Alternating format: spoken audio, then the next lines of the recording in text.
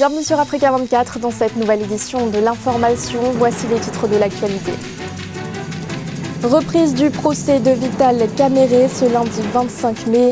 Audience durant laquelle le directeur de cabinet du président de la RDC, Félix Tshisekedi, a continué de clamer son innocence. Il est poursuivi pour détournement de fonds dans le cadre du programme des 100 jours. Discours du président de l'Union africaine, Cyril Ramaphosa, à l'occasion de la Journée mondiale de l'Afrique. Le chef de l'État sud-africain s'est livré un véritable plaidoyer en faveur du Soudan. Il a en effet appelé à une levée inconditionnelle des sanctions contre le pays. Et enfin, controverse à Madagascar au sujet de la construction d'une arène au sein de l'enceinte royale. L'édifice aux allures de Colisée a fait l'objet d'une pétition en ligne où certains malgaches dénoncent un génocide culturel. Les détails dans ce journal. Mais tout d'abord, après l'enquête de l'ONU, l'armée américaine accuse à son tour la Russie d'avoir envoyé des avions de chasse en Libye, un appui aérien pour soutenir les mercenaires russes du groupe Wagner qui combattent aux côtés du maréchal Khalifa Haftar. L'accusation a été faite ce mardi 26 mai par Stephen Townsend, le général à la tête du commandement des États-Unis pour l'Afrique. Selon lui, ces avions de chasse sont arrivés en Libye depuis une base aérienne russe après avoir transité en Syrie. Un transit nécessaire, selon le général de l'Africom, pour que les avions puissent être repeints afin de dissimuler leurs origines russes. Son communiqué confirme ainsi l'annonce de Fatih Bachaga, le ministre de l'Intérieur du gouvernement d'Union nationale. Il avait évoqué le 21 mai dernier qu'au moins 8 avions militaires russes avaient atterri dans l'Est et le sud libyen en provenance de Syrie. Le procès de Vital Kamerhe a repris ce lundi 25 mai, procès durant lequel le directeur de cabinet du président Félix Tshisekedi a continué de clamer son innocence. À la barre, Vital Kamerhe a de nouveau demandé sa remise en liberté provisoire. Il est accusé de corruption et de détournement de plus de 50 millions de dollars dédiés à la construction de maisons préfabriquées dans le cadre du programme dit des 100 jours. Les précisions de Ange Bijounomène. Le deuxième procès de Vital Kamerhe a eu lieu ce lundi 25 mai. Le directeur de cabinet du président Félix Tshisekedi et ses co-accusés sont soupçonnés de détournement de plus de 50 millions de dollars américains destinés à un projet de logements sociaux pour militaires et policiers. Face à ces soupçons et accusations, le principal concerné dans cette affaire continue de clamer son innocence. On me reproche des détournements de deniers publics. Je voudrais que le procureur puisse démontrer comment j'ai détourné l'argent payé à M. Jamal. Je voudrais savoir quel jour et par quel document on m'a remis 47 millions de dollars américains. L'homme d'affaires Sami Jamal a lui aussi nié toute implication dans cette affaire de détournement de fonds. C'est lui qui devait livrer des maisons préfabriquées comme convenu dans le projet. Les questions qui lui ont été posées tournaient autour du contrat initial de 26 millions de dollars américains. Parce que nous savons que l'honorable Vital Kamerhe a fourni toutes les preuves possibles et les preuves nous montrent en elles-mêmes qu'il est innocent dans ces dossiers. Mais nous savons que tout ce qui pèse sur Kamerhe présentement, ce sont les accords de Nairobi qu'on a signés, parce que nous savons que 2023 est proche et les gens, dans l'autre cas, les gens craignent cet accord de Nairobi. Le tribunal a finalement reporté le procès au 3 juin prochain. Plusieurs autres témoins doivent être entendus dans le cadre de cette affaire très suivie et très médiatisée. Et sachez que le juge qui préside le procès de Vital Kamerhe, Raphaël Yandi, est mort cette nuit. Le chef de la police de Kinshasa, Silvano Kasongo, évoque un décès des suites d'une crise sans plus de précision. Nous reviendrons sur cette information dans nos prochaines éditions. Au Burkina Faso, l'ancien ministre de la Défense, Jean-Claude Bouda, a été arrêté. Auditionné au palais de justice, il a ensuite été conduit à la maison d'arrêt et de correction de Ouagadougou ce mardi 26 mai. L'ancien ministre était visé par une plainte du RENLAC, le réseau national de lutte anti-corruption. Il est en effet accusé d'enrichissement illicite, de délit d'apparence et de blanchiment d'argent. Une affaire en lien avec la construction de sa résidence dans la commune de Manga, sa localité d'origine, qui aurait coûté près d'un demi-milliard de francs CFA. Selon la RENLAC, l'acquisition de ce patrimoine immobilier n'apparaissait dans aucune déclaration des biens de l'ancien ministre lors de sa nomination au sein du gouvernement. Il faut se servir de la pandémie pour créer une nouvelle Afrique. Ce sont les mots du président de l'Union africaine, Cyril Ramaphosa, qui s'exprimait ce lundi 25 mai à l'occasion de la journée mondiale de l'Afrique. Un discours dans lequel le chef de l'État sud-africain a appelé à une levée inconditionnelle des sanctions contre le Soudan. Si les États-Unis ont levé en 2017 les sanctions économiques contre le pays, le Soudan fait toujours partie de la liste noire américaine où figurent les États soutenant le terrorisme. Corinne Kamzefiem. Véritable plaidoyer du président sud-africain Cyril Ramaphosa, président en exercice de l'Union africaine, qui appelle les États-Unis à une levée inconditionnelle des sanctions contre le Soudan. Des sanctions qui empêchent ce pays de bénéficier de nombreux financements. Dans un contexte de crise sanitaire mondiale, le leader sud-africain affirme qu'il est urgent de limiter les inégalités. Alors que nous faisons face à l'impact de cette pandémie, réitérons notre appel à la levée inconditionnelle des sanctions imposées au Zimbabwe et au Soudan.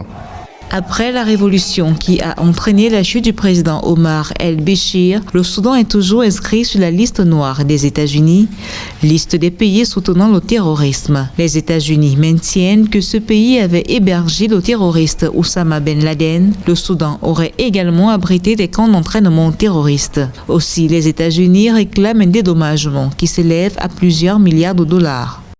Je pense que le changement politique qu'il y a eu au Soudan mérite de donner un minimum de confiance aux nouveaux dirigeants et être en mesure de reconsidérer un certain nombre de mesures. Les allègements et le déconfinement politique du Soudan et d'un certain nombre d'autres pays africains serait une opportunité aujourd'hui de les mettre à l'épreuve. Je pense en passant que les États-Unis devraient, à mon avis, atténuer les contraintes sur le Soudan.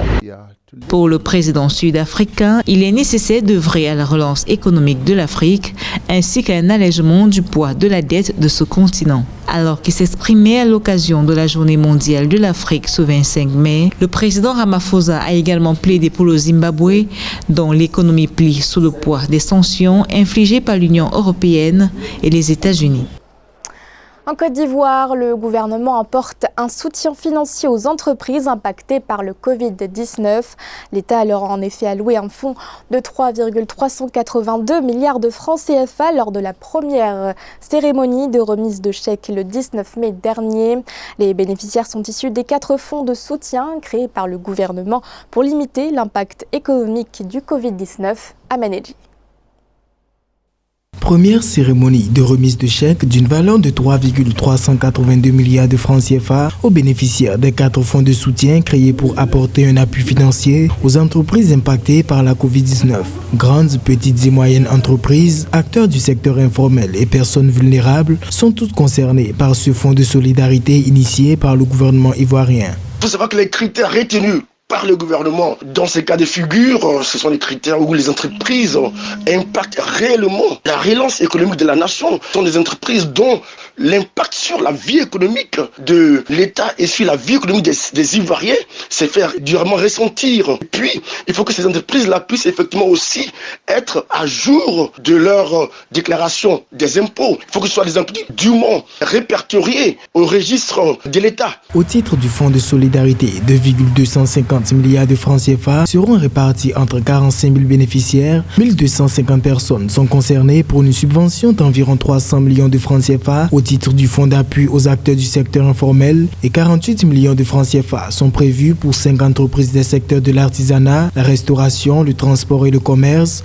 au titre du fonds de soutien aux petites et moyennes entreprises. Maintenant, est-ce que on a une traçabilité qui soit vraiment effective? Bon, on agit en ce moment dans l'urgence. Dans l'urgence, forcément, on n'est pas vraiment sûr d'une certaine traçabilité, même si le président de la République a dit qu'il veillerait personnellement à ce que ces fonds décaissés servent réellement. Il faudrait qu'effectivement l'argent arrive au destinataire. L'objectif du gouvernement demeure non seulement la préservation de l'outil de production, mais aussi la garantie d'un minimum de ressources aux populations vulnérables. La pandémie de coronavirus demeure active en Afrique et notamment au Sénégal.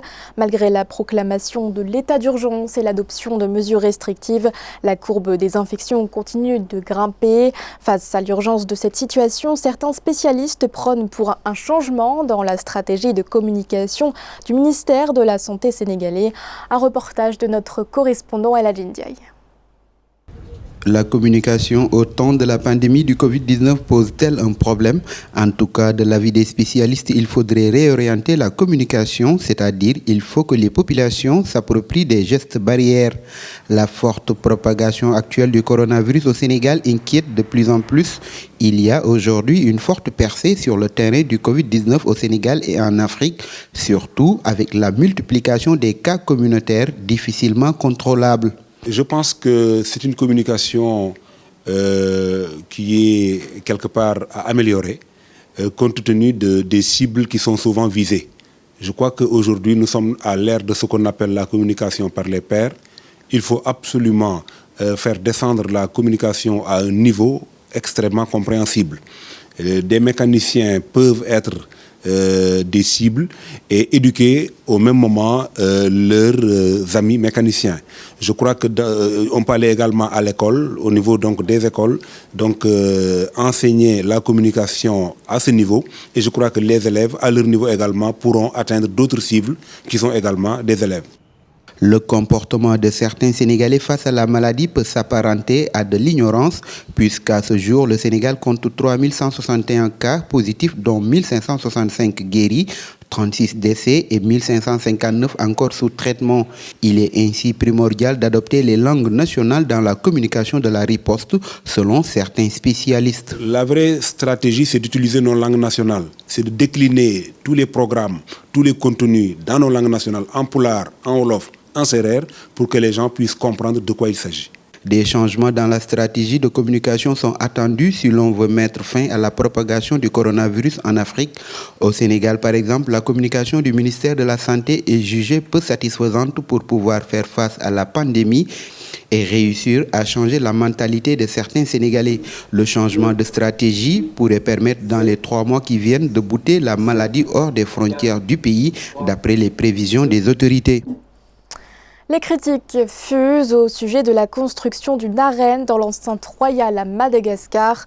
Inclus dans les grands travaux du palais de la Reine, l'édifice aux allures de Colisée romain fait l'objet d'une pétition lancée en ligne le 22 mai dernier.